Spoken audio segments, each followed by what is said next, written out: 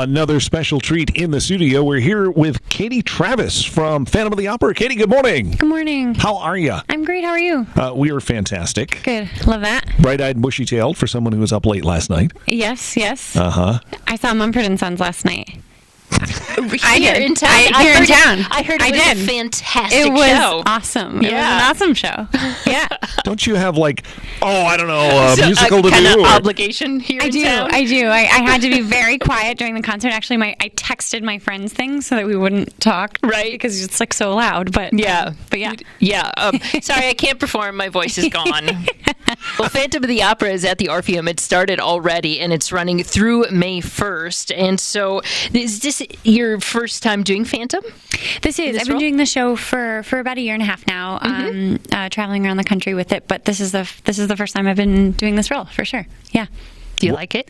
I do like it. I do like it. Well, she's not going to say no, is she? No, I mean, truly, though, it's it's very rare that you get to live out your childhood dream, and this is truly it. So right. Well, tell them what you told me right before we went on the air. Phantom was the first show I ever saw. I was 4 when I saw it, and my parents took a special trip to Toronto from Michigan, and we took the train out and went with my brother, and we saw the show and just really loved it, and kind of knew that I wanted to be an actor after that. So, yeah. Because we were debating whether or not I should bring my 7-year-old to this one, because it's a lot of singing and it's a longer show. Yeah, but there's a lot to see. There's the incredible visuals, the pyrotechnics, the pyrotechnics. There's chandeliers falling, and there's set pieces moving, and there's beautiful costumes, and there's romance, and there's great songs. So there's really truly something for everyone, for sure. I was amazed. The story goes back to the early 1900s, but as a musical, it's only been around since the 80s. Yeah. It's true. And so we sometimes think about it as like a historical musical theater show, which it is,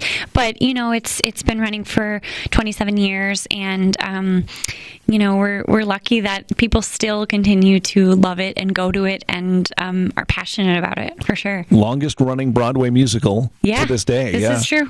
11. We just did a Fact or Fake. It's a bit we do every morning. Oh, cool. So we did one on Phantom, and 11,000 some odd shows in a row on Broadway. Yeah, it's amazing. It's amazing. That's awesome. Yeah. What's it like playing Christine?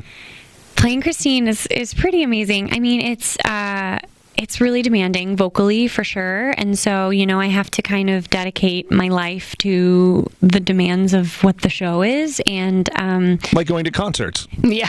Like going to concerts and texting your friends so that you don't talk during the concert. She took care of herself. Good. No, you have to live a little, because you do the show every day and sometimes twice a day. So you also have to kind of make sure you feed your soul a little too. But it's incredible to do the show, especially on the long term, because there's definitely challenges with that, and you learn how to manage and you learn how to do it every day on your body and on your voice, and you're truly like an athlete doing this role in this show.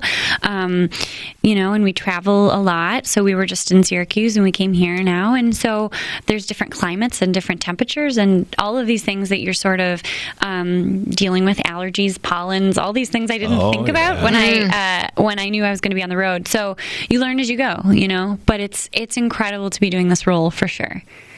Now, is this your first traveling show? This is my first traveling show. I've done a lot of regional theater, so sit-downs at certain, regional theaters, but this is my first continual traveling show. Right. So I'm curious, you say there were things that you weren't expecting. What would you say would be like your favorite thing about traveling? This has been, two and a half years, you said? 2.5 years the show's been running. I joined a year and a half ago. Okay, so that's a lot of traveling. Yeah. So what would be like your favorite thing and then your least favorite thing about all that traveling? I think for being a young single woman in my 20s to be able to, eventually leave the show and have seen almost all 50 states is pretty cool. That is cool. And, just to take in the atmosphere and the vibe of different places around the country is awesome, and eat delicious food, which is amazing. This is a great food I've town. heard this. Great this is what everyone's telling me. I'm very excited about it. But, I think that's definitely my favorite thing. Also, to be sort of seeing the country through the eyes of Phantom of the Opera, so to be having these conversations with people, talking about how, it's maybe the first show show they've ever seen, or the only show they've seen in 10 years or something. It's a special thing for people, and I definitely don't take that for granted. And it's cool to have these conversations with people about what Phantom means to them, and the experiences they had with their family, or whatever it may be. I think, I guess the least favorite part might be also the constant travel, just in that, you have to pack yourself up again, every couple weeks, which is fine. It's all manageable. But it's, at some point in my life, I think I would want like a place of my own. Right, somewhere to plant some flowers. Yes, yes. Or at least plant a little pot in my New York apartment or something, so whatever that may be. But yeah. So let's take us from 4 years old to where you're at now. Yes. How did you get to this point? What's your vocal training and schooling? Yeah, and all so that? I grew up in a fairly small town in Michigan, and I was lucky that I had parents who both my brother and I are musicians, and we both kind of said this is what we love, and they cultivated that, and so they drove us all over the state to kind of make it happen for us. But I sang in church. I was a cantor in my church choir as a kid, and I did a lot of community theater as a kid, and then started voice lessons in middle school. And then did a lot of shows middle school and high school, and then went to Interlochen, which is an arts camp in Michigan. And then I went to college and studied opera, and I studied abroad. I studied in Florence and studied with some really amazing opera teachers, and then moved to New York and kind of made the transition from working at smaller opera companies to doing musical theater as well. And so worked a lot of regional theaters, worked a lot of restaurant jobs and temped and nannied, and worked a lot of jobs that I was not great at, and in the pursuit of trying to do what I really loved. And after years of auditioning for this show, and maybe 10 tries or so, it finally happened. Yeah. Oh, wow. So it's definitely been a story of knocking on doors and continuing to do that, and trying to get an agent, and trying to do all these things while I'm working at a pizza restaurant and messing up on pizza orders. And so it's definitely a true honor to be able to do this, because it's not it has been no easy feat, we'll say. Who did you call first when you got the role?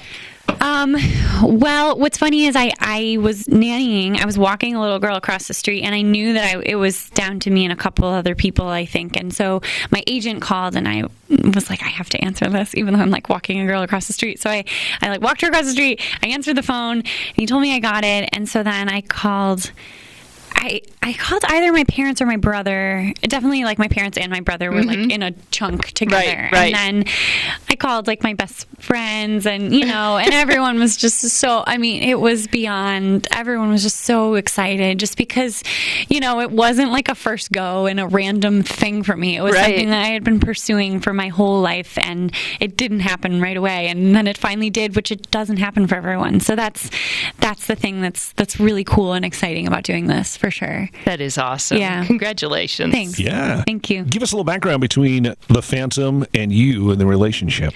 Sure. So, the Phantom is this, he's this really smart guy who sort of is really lonely and has had this sort of facial deformity that causes him to feel neglected from society, we'll say. But he's this super talented musician, and kind of takes on this young girl as his student, and kind of ends up falling in love with her, and just falling in love with who she is as a person. And so and at the end of the day, like at the end of the show, she's the one that shows him true compassion. And so I think it's a story of unrequited love, I suppose, but it's also about feeling alone and receiving love and compassion and empathy from someone else. And along the way, there's incredible music, and that's what the story is, is like sharing their love through music around them, for sure. Interesting. Yeah. Kind of a Beauty and the Beast feel to it. Yeah. Definitely. Yep. For sure. Wow. Yeah. Yeah. So now that you've accomplished your lifelong goal, what are you going to do next? It's a great question. It's a great question. I'm trying to figure it out. Okay. You know, I'm figuring it out. I'll eventually. Although I love being here, eventually I'll probably go back to New York and see what goes next. But for now, we're here and doing it, and that's the cool thing is that you're. Because it's such a successful, long-running show, I am kind of able to live in it for a little while, which is amazing. You can cut your hair and become the Phantom. I could. Yeah. I could do that. Take Chris Mann. He can take over your role. I could do that. Although Yeah. Chris Mann is a pretty good Phantom. I don't know if I want to rival him, but Oh, that's fantastic. What's some of your favorite things about the show? What do you like I that we're love. going to see coming? We don't get to see it till tomorrow night. Yeah.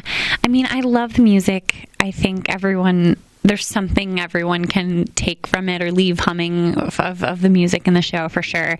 But I also love the story that we tell, just about showing compassion and in a roundabout way, right? There's a lot of twists and turns that happen, but at the end of the day, that's what is the punchline of the show is someone showing another person love and compassion. And I believe in that, and I think the visuals are amazing. The chandelier is incredible.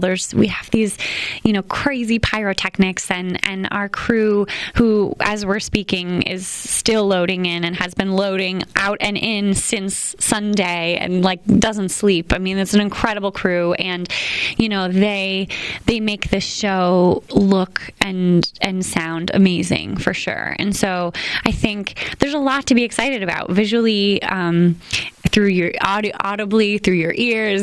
Just there's a lot to take in from the show for sure. Cool. Say bag for me. Bag. See, she's from the upper Midwest. She says, Yeah. she's a bag. I don't hear it wrong when I say it. She says beg. Bag. See? Big. Oh, I do hear the big. I do hear it. Yeah. I do hear it. Yeah. I don't want to beg for something. I want a bag. Yeah. Well, appreciate you coming in. Thank you. Thank you for having me. Looking forward to the It's show. awesome. Can't wait. It's Can't going to wait. be fun. Wave you. to us from up there, wouldn't you? Okay, singing. I will at the bows. Great character At the just very for end, us. we do wave, so I'll wave to you. Okay, good. Sounds good. And it is showing at the Orpheum through Sunday, May 1st. Ticketomaha.com for tickets. Thank you, guys. Thank you. Awesome. Cool. Nice work.